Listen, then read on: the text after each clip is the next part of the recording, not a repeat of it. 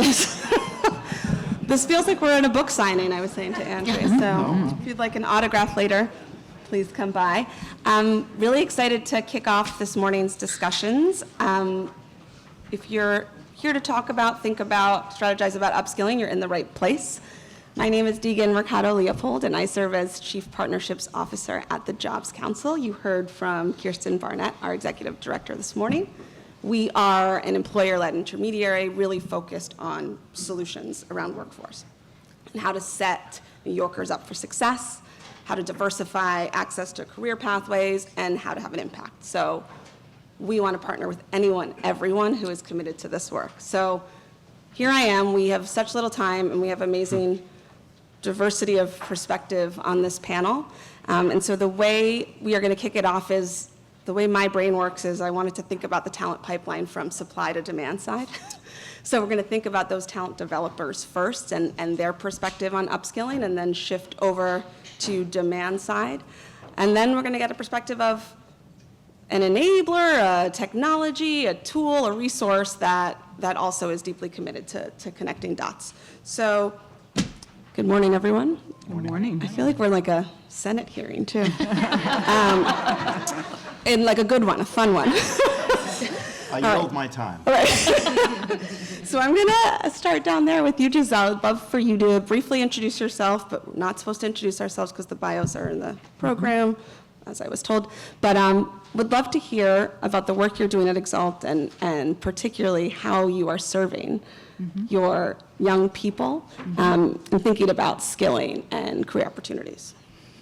Good morning, everyone.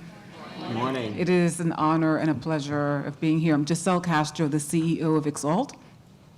And it's important, for us to have this conversation this morning, and I thank you so much for leading us off and kicking us off in this conversation with the focus on young people. I will give an overview of our work, but I like to always ground a conversation on the obvious. And one of the most obvious things that we get to see is that this week is the first week of the last month of the year. So as many of us are thinking about strategies, thinking about initiatives, how we're going to enter 2025, most of us in the nonprofit sector, we are in our 6 months if we follow a nonprofit fiscal calendar, right? So within all of this, the reason why I bring this up is that to ensure that an organization works well and that we are addressing the root cause, the actual organization, its infrastructure, the way that we think about it becomes very critical. We are 18 years old. We were incubated by the Blue Ridge Foundation. So for many years, we were evaluating this key question, which is, why is it that the U.S. lead with mass incarceration? And why is it that when we look at young people, there's not a lot of interventions that really focuses to move them away permanently from the system? So that's Exalt.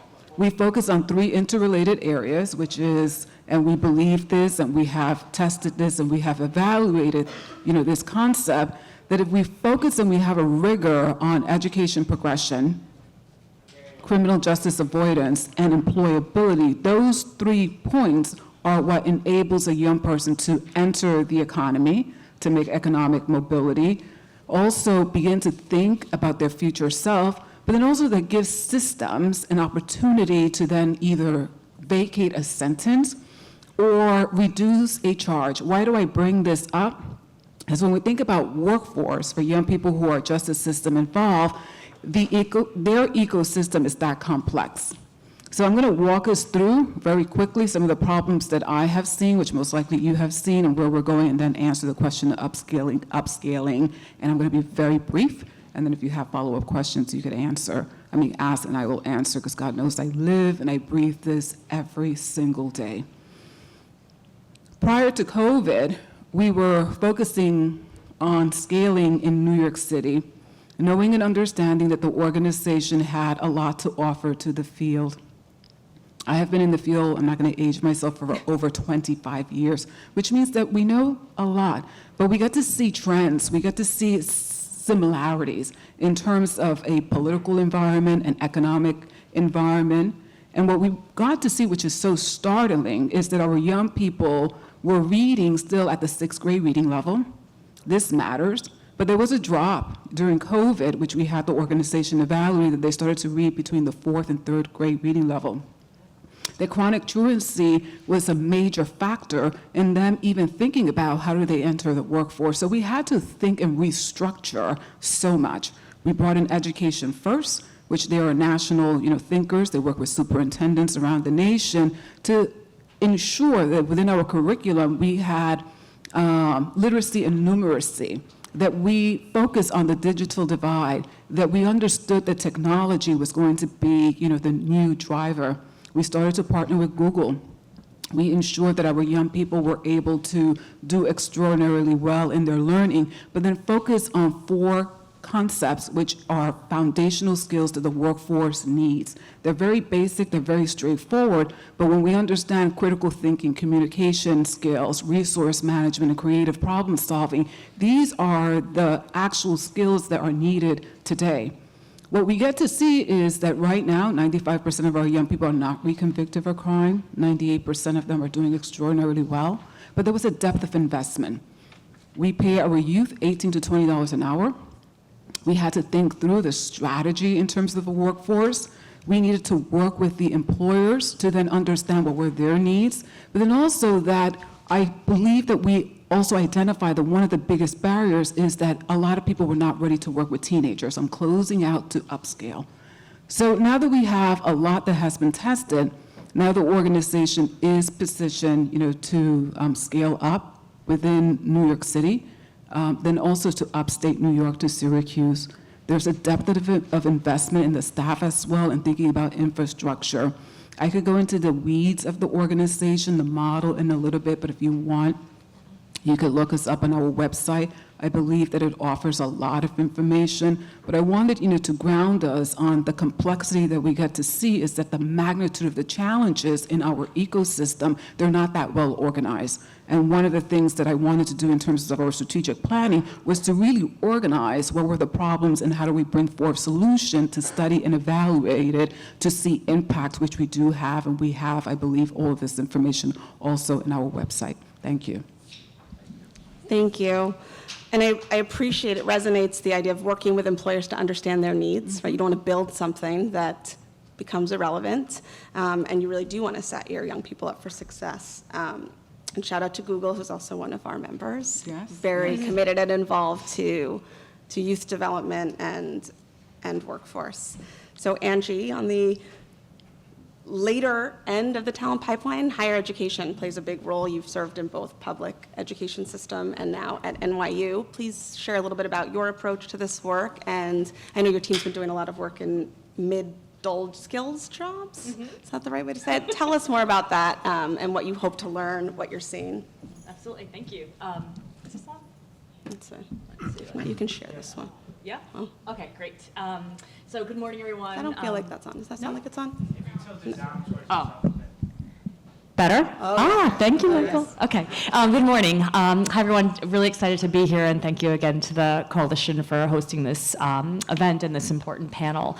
I want to also give a shout out to a couple of members of my team, Doug Harrison, Candace Clausen, really kind of nationally recognized leaders in the area of upskilling and workforce development. And so what I wanted to introduce today, again, there's so many things to say. I see lots of friends and former colleagues from CUNY. And so what I wanted to do today is kind of talk about a particular project that we're working on at the School of Professional Studies that I oversee at NYU that I think is really interesting and important. And again, the title of this is around reimagining upskilling. And so how many of you have heard of the concept of a paper ceiling? Mm-hmm. Yeah. Yeah, and so we are mildly obsessed with the notion of the paper ceiling. And so what this really means, and a particular approach that we're quite interested. So about 60% of the workforce in the U.S. is involved in professional skills, and about that equates to about 80 million workers are in the kind of professional skills area. We often call these middle skill jobs. About half of this workforce, so half of that 80 million, are credentialed folks in terms of a college degree. Half of them don't have more than a high school diploma. So really interesting opportunity in terms of upskilling. What we've been starting to look at in partnership with Burning Glass Institute is this notion of careers that have a stalling risk. So that's a kind of a new term. And so we hear this all the time in terms of you just kind of get stuck, you get dead-ended, right? We've heard and talked for decades about stackable credentials, where you can have a job at the entry level, get more training, move up. And what we know from the research is people just stall out. They kind of get into that entry-level job and they just get stuck.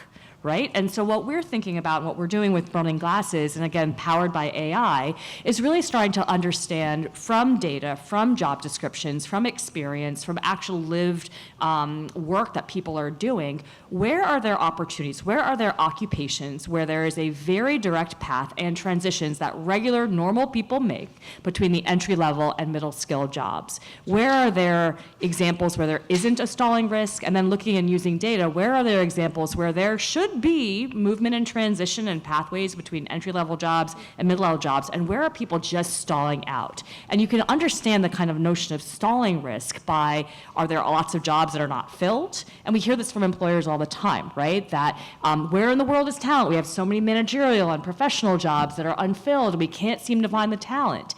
Those are examples of stalling risks, where there's a ton of talent at that entry level. And so some of the occupations that we know about and that we can read about, administrative assistant, that is a stalling risk occupation, and with a little bit of upskilling, a little bit of training in budgeting, coaching, in technology and data, you can become, fill in the blank, an office manager, an operations specialist, a number of kind of roles. And so we've been really kind of starting to study with Burning Glass, what are these occupations that have good entry-level pathways and kind of access? What are the kind of destination jobs? And then what's that gap? We can see that in operations analysts is another area where with some training, with a little bit of tech, with a little bit of data visualization, you can move to kind of a data analyst type of role. And any of these kind of occupations that kind of, if you can bust through that paper ceiling, they have a wage premium, so you get at least between, I'd say, $7,000 to $10,000 of a bump with a little bit of training. And so you can start to see the picture that, both from the data of actual experience, from the jobs, from the employers, from unfilled positions, from filled positions, from wage progression, you can start to really develop a picture of jobs at the source, jobs at the destination, what separates them from whether it's a job description or kind of who's actually occupying the role, what's that skilling that someone can use. And the beauty of this kind of approach, this kind of idea of busting the paper ceiling, is if you can understand that, you start to move a whole bunch of people from an economic mobility perspective into better paying jobs. You're freeing up great entry-level jobs that have a pathway, and we're starting to kind of unstick, I think, an area of the labor market that has been stuck for a while. So that's a concept that we're both kind of doing the studying of it, but then kind of very actively looking to kind of just free up and make those trainings and those skilling opportunities very affordable for folks, very well known, and then clearly the working with employers at both the source and the destination companies is, I think, a really important example. And note that, some people will be able to move companies to kind of get into these roles, but often we think working with employers to actually kind of think about this kind of paper ceiling within their own environment. So obviously that will work for larger employers, but we think that there's a lot to be done here, and quite frankly, probably not enough has really been done to kind of study this notion of middle skill jobs. I think we can fall into this trap of thinking, folks at the middle skill, they're fine, let's actually focus kind of at the entry level. But I think the beauty of this strategy is by moving a lot of folks up into more family sustaining jobs, we know the story, we live the story as New Yorkers in terms of just the cost of living here. We need to make sure that we're constantly moving kind of that economic mobility engine for folks so that folks aren't kind of getting stalled out. So happy to talk more, but I think it's an important concept to introduce to our ecosystem and think about how we can work with employers to start to identify these jobs and these opportunities. Yeah, it's a very proactive approach. Just quickly, do you see most students that pursue adult education, continuing education, are they determining what they think is the best course for them, or are employers helping to guide them along the way? So we see, we serve about 10,000 continuing ed lifelong learners at our school. And I think we see just-in-time reskilling. So I'd say this is a little bit anecdotal, so it's not perfectly data-driven, but I'd say probably 3/4 of folks are kind of on their own dime. They're understanding that here's a skill I want to learn more about. AI and data analytics. I want to understand more about social media analytics. I want to understand better communication, et cetera. Just a skill. And it could be evidence in a class. We actually don't see a ton of folks that kind of complete a full certification, which is 3 or 4 classes. We see folks doing just-in-time skill development. I need this for my job. I need this for the promotion. I need this to catch up. I need this to kind of either move to a different job or kind of just stay relevant in my own job. And that's what we're seeing. And I think it's just in time. It's a course at a time. Folks are kind of coming in and out of our system. And that's also, I think, what reskilling looks like. I think that, again, myself included, I think we've talked a lot about credentials and certifications and multiple classes and kind of 6 to 12-month programs. And that's just not the behavior that we see from real people that are looking to advance themselves or stay kind of current and make themselves continually more attractive to employers. Yeah. Thank you. All right, so shifting to the demand side, the folks who really seek the talent. Randy, would love to, first of all, Brooklyn, yay. Sorry, I live there. But I was born and raised in Manhattan, so yay Manhattan. However, go Brooklyn. Nobody ever says yay Manhattan. I mean, Yeah, see, exactly. just own it. You're in Brooklyn. Exactly. Ding, ding, ding. Exactly. Good My morning. parents are still here, though. Good morning, folks. Randy Pierce, President and CEO of the Brooklyn Chamber of Commerce. Chamber of Commerce has been around for over 100 years. We actually have 3 entities. We have an economic development arm, Brooklyn Alliance, which allows us to do workforce development programming. We also have a CDFI, so we're a microfinancing entity.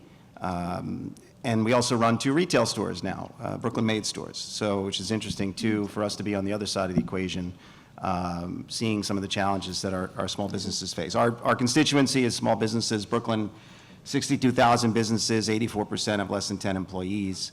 I want to say off the bat, I know a lot of people in this room. There's some people, we've been working together for over 30 years doing this work. I have immense love and respect for the work that you do.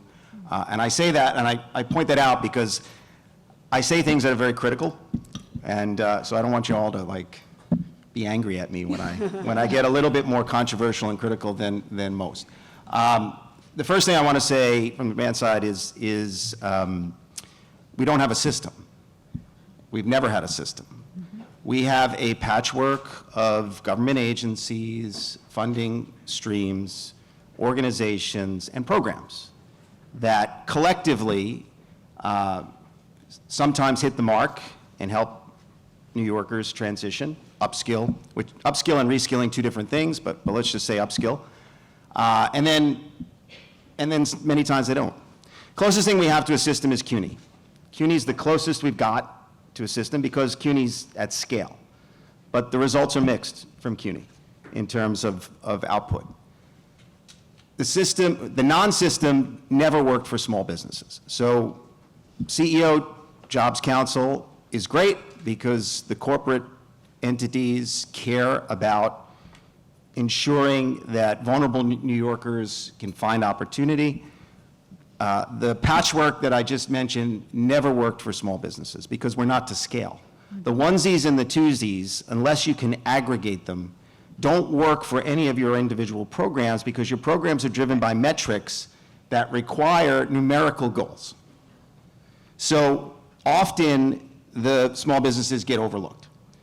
So the Chamber has actually for 22 years been running a program. Tondalea London is here, she's at the Department of Aging now, but her and I developed this 20 some odd years ago, a small business staffing service at the Brooklyn Chamber, which allows us to play an intermediary role in connecting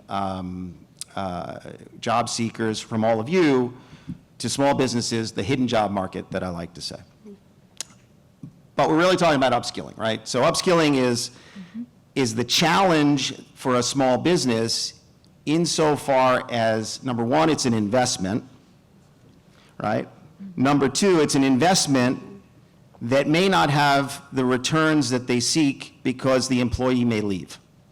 All right, so when we talk about apprenticeships is probably where you get the starkest example of this. You know, we're the downstate partner for MACNY, which is Upstate Manufacturing Assistance Center of New York. And we're having a hard time developing traction in the apprenticeship space. And I'm a huge fan, and Angie knows this, I'm a huge fan of apprenticeships. I believe in apprenticeships. I wish they weren't dominated only by the unions, but I believe there's opportunity within apprenticeships, but they're a hard sell downstate when you're trying to work with smaller employers who could benefit the most from them, but are the most fearful of sort of going down that path, right? Because of the cost, because of the concern about back end, the additional increase in salary, and then losing the potential upskilled employee. Now, I'm not making excuses for them, but smaller employers tend to be the job market that a lot of the folks that we're working with on the front end training side can access, right? So we have to rethink about upskilling in terms of core competencies that will make individuals more successful regardless of the career they ultimately end up in, right? Critical thinking skills, conflict resolution, public speaking, and access and leveraging technology, including AI, right? So that, if you take those 4 things and you figure out a system that could address those 4 things for the average entry-level worker, okay, I think we can get to where we need to get to, and then get them on the hard skills side into amazing programs at CUNY that really do know and understand where the labor market's going to scale. So anyway, that's me speaking my piece here. I hope I didn't offend anybody. No, you reinforced the exalt model. I'm so sorry to step in, but we send many of our young people to CUNY, but we also have a scholarship and an endowment. And I wanted to raise the point about the businesses. We raise every dollar. We pay our young people $18 to $20 an hour, so we're not asking the business to do it. So there is a model that does work, to some of the things that you highlighted, and I appreciate OJT that. too, and we've totally divested in on-the-job training funds. Yeah. Because OJT said to a small employer, we know you know how to train best, and we're going to give you the resources to do that. Now, OJT is not always helpful to any of you because you're not accessing those funds. Tonda used to run one of the best OJT programs in New York City. 8 chambers in New York State ran the program, completely disinvested by the New York State legislature. Thank you, Randy. Appreciate the inspiration. Arana, tell us about your experience as a growing business in a new economy sector. Thank you so much for moderating. Super excited to be here. Thank you to Greg for organizing this incredible 2-day conference. My outlook is a bit more positive. I work in the cannabis industry. We're only a year and a half, 2 years old here in New York State. And because we operate a company in this nascent industry, there's tremendous opportunity for growth for entry-level individuals. And so I am one of the co-founders of the president of the travel agency. Right now, we have 200 employees. We've been operational for less than 2 years. We're on track to hire 100 more employees in 2025. We probably are the largest legal cannabis brand in the state. And so we're kind of in an unusual position where we're able to invest in our team and in talent. Most of the dispensaries in New York State probably only employ 15 to 20 people, and they probably will need a lot more on-job training and support to lift up their workforce. But we've been lucky. The barrier to entry to get a job at the travel agency is very low. We do not require college degrees. We require very limited retail experience. Some folks don't even have retail experience. We pay entry-level bud tenders $21, but with tips, they get about $26, $27, $28 per hour because our customers tip very generously. Our supervisors get paid around $25, $27, and then our AGMs are full-time employees, around $80,000 a year we pay them, and GMs make over $100,000. We've been incredibly purposeful about building a diverse, equitable workforce. 80% of our employees are people of color, young people in their 20s and 30s from low-income communities in New York that have been devastated by the war on drugs. Many of our employees, including the GM of our Union Square store, actually has a cannabis conviction.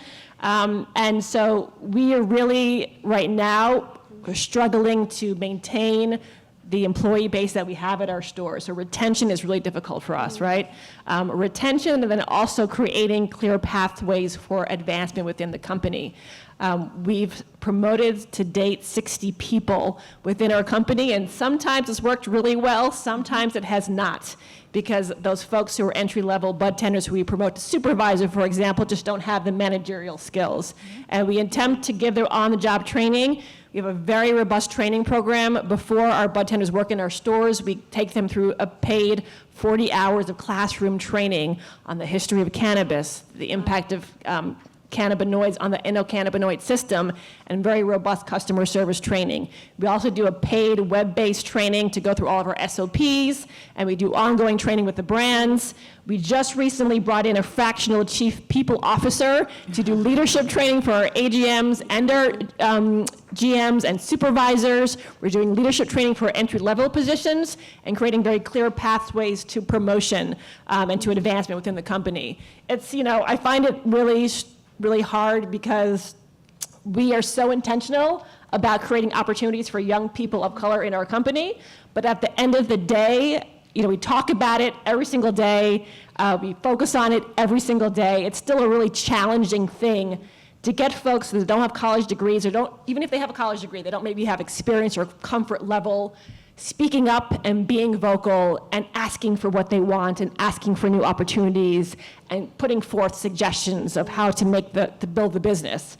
So inevitably, you get like a lot of, you get the white men who are stepping up to take advantage of opportunities, or you get college-educated folks. So for us, we're really working on trying to guide each individual and figure out what it is that they want to do and help to give them the tools to get there. But I think just from my perspective as a business owner, we're really in dire need of customer service training from not-for-profit partners, from government partners, something that can be updated and improved on to continue to give our team that fresh experience as they walk in the door, right? We're looking to keep our employee base engaged, excited, and enthusiastic, and be able to contribute to the growth of our business. We're really in great need of managerial training for the entry-level and mid-level folks so they can actually step up and succeed and thrive, and so that we're setting them up for success as opposed to failure, because that's the last thing you want to do is promote someone and then have them fail, which has happened time and time again because it's a very difficult thing to do. Basic financial literacy for our managers so that our managers can actively contribute to the growth of our company. And the last thing I'd say as an owner, I've touched on this earlier, but it's so hard to create a culture of equity and diversity and inclusion. And having the tools as an owner to actually do that in a successful way is something that we're in real need of, and we're going out and seeking support and assistance. But I know how hard it is to do that day in and day out, and to ensure that everyone, no matter what their background, has the opportunity to advance within a company. And that requires like a community of support to achieve those goals. So thank you. Amazing. I think you're going to get a lot of applications. I appreciate the thoughtfulness in which you're approaching this as a growing business. And I would add customer service skills or know your customer to that foundational core competency skill set that we were just describing as really important across sector. And last but not least, Priya, I'd love to hear a little bit more about your work and how technology is helping to close the gaps between skills and talent. Thank you all so much. It's really nice to see such a familiar group of folks, including on this panel. I've had such an amazing experience working with lots of you as well. I know many folks have talked a little bit about how AI plays a space in this work, but when I really think about the work that we're leading at Future Fit AI, I'm thinking about awareness. How do we help job seekers become aware of career pathways with growth, which Angie talked a little bit about, and also access to programs that allow them to be able to navigate that change. And Randy, to your point, it is a really fragmented ecosystem. Many of us are sitting in seats where we're trying to answer those questions on behalf of folks, and not just folks who are unemployed, but individuals who are working right now, who are looking to make some sort of a career change or shift, but don't know where to start. I think some of the key questions we ask ourselves in these spaces are, what are the roles with real career pathway and growth potential? How do these careers align with my skills and expertise? And that's both the direct skills I have and my transferable skills as well. And what are the skills that I need to add to my resume or to my experience to allow me to actually make a career change? And what are the programs that help me make that happen? And what we're thinking about at Future Fit AI is how AI can really kind of automate those connections for job seekers and really help them upload their resume, manually add in their skills or experiences, and start to see a visual pathway of these are the careers that are in high growth where I live. These are the training programs where I live that allow me to make that transition into those occupations.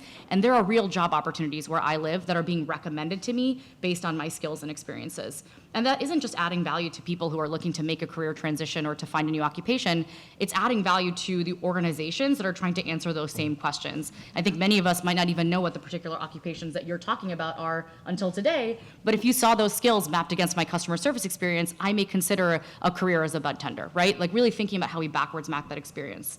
I think the other thing too, I think when we think about AI is that we assume that employers have a lot of this stuff figured out, but they themselves are trying to figure out how to backwards map the skills and experiences that they need. And I think AI can be a really powerful tool to specifically think about how we work with employers to articulate the skills and experiences that they need for particular roles, to really think about how you buck against that experience of the paper ceiling as well, and to work backwards and then start recommending candidates who have the skills and experiences that they need. When we think about how people are being screened for on-the-job training opportunities or apprenticeship opportunities, I think it really allows us to sort of think about how AI can act as the kind of connective tissue in a whole ecosystem. So what we have done is really think about how we can build a career navigation platform that's AI powered to really kind of bring together employers on one end, job seekers on another, and then bring together the organizations that they are supporting them in kind of making that journey and making that career transition.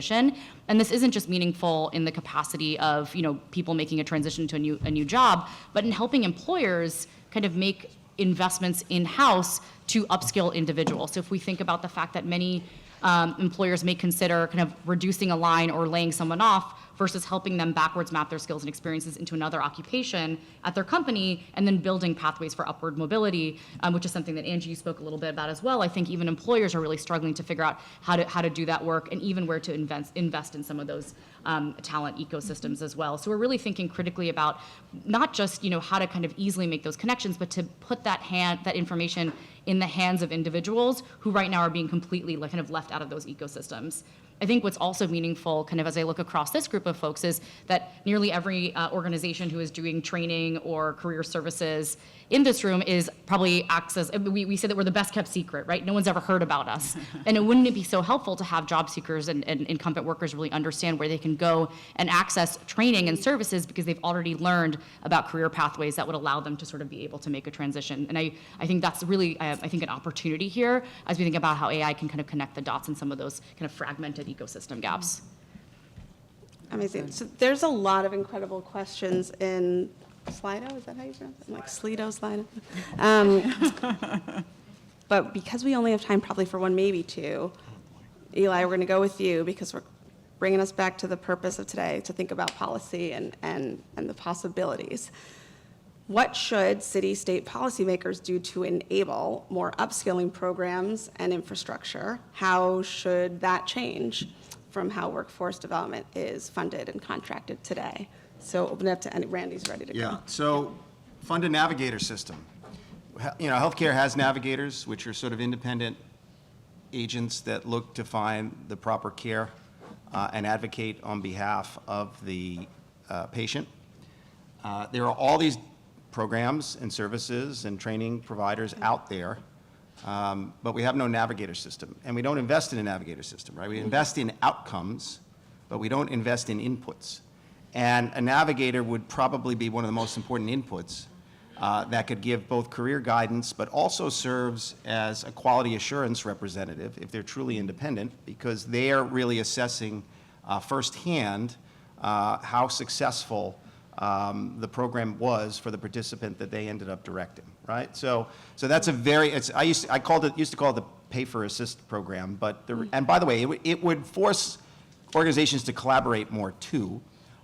If the navigators were embedded in your organizations, meaning like maybe they're not right for Empower, but they're right for Perscolis, and the two organizations know each other, so they make the referral directly, and Empower gets some credit for that financially, right? So it doesn't even have to be an independent navigator system. But I think navigators, let's take a page out of healthcare, and I think if we invest in a navigator system, we can start to get people into the right place. I would add to this in terms of a policy recommendation. So this notion of just looking at the data, looking at the kind of source jobs, the destination jobs, really looking at a set of trainings that are kind of really upskill focused, or in terms of this paper ceiling, would be really, really helpful. And so if that looks at making and enabling current dollars in the WIOA system to be kind of targeted towards some of these sort of paper ceiling, middle skill, and kind of pathway jobs, I think we have to get specific. And so I'd argue that creating some funding streams, whether from new or existing pools of funding, that could really start working with employers to, and it might be kind of different employers on one side of the source and a different employer on the other side of the destination, but I think the notion of upskilling with very strong specificity around occupations is really, really important. And again, maybe there's a proof of concept. I think often philanthropy can kind of be a really smart place to invest in some proof of concept areas. So I think from a policy perspective, maybe some pilots that are privately funded to kind of create the point that there's a paper ceiling that we can bust through as the opportunity to then kind of take it at a policy level would be my recommendation. And quickly, because we have 5-ish minutes, this is very cool how you get to vote. I got to go to the top votes, like American Idol. How about, Angie, just since you were talking, it seems like there's a lot of interest in knowing when you will have more insight into which occupations or which courses or credentials will be most valuable to support, like, crashing that paper ceiling. Yeah.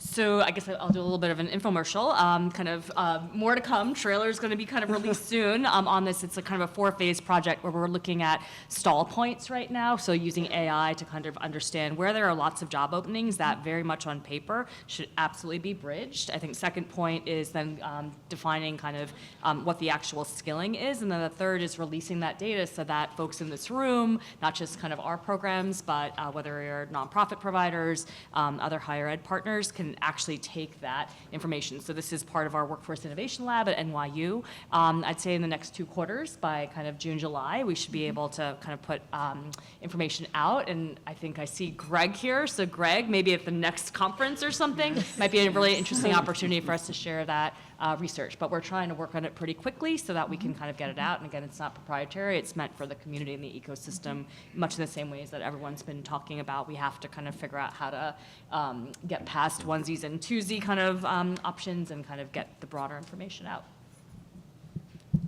Perfect. And Gisele, I want to just go back to you quickly, because you do work very closely with employers and create internship opportunities. Can you share just a little bit of insight into how you make that magic and how you influence employers to think about hosting students? I love that question, and Yul is here, one of the people who does this every day. The magic is the structure. You know, it's one thing is building our young people, making sure that they're prepared for the world of work. The magic also comes in that every young person has an individualized program plan tied to the staff individualized program plan. So we're very Salesforce, very data-driven. We get to see like their performance, their attainment.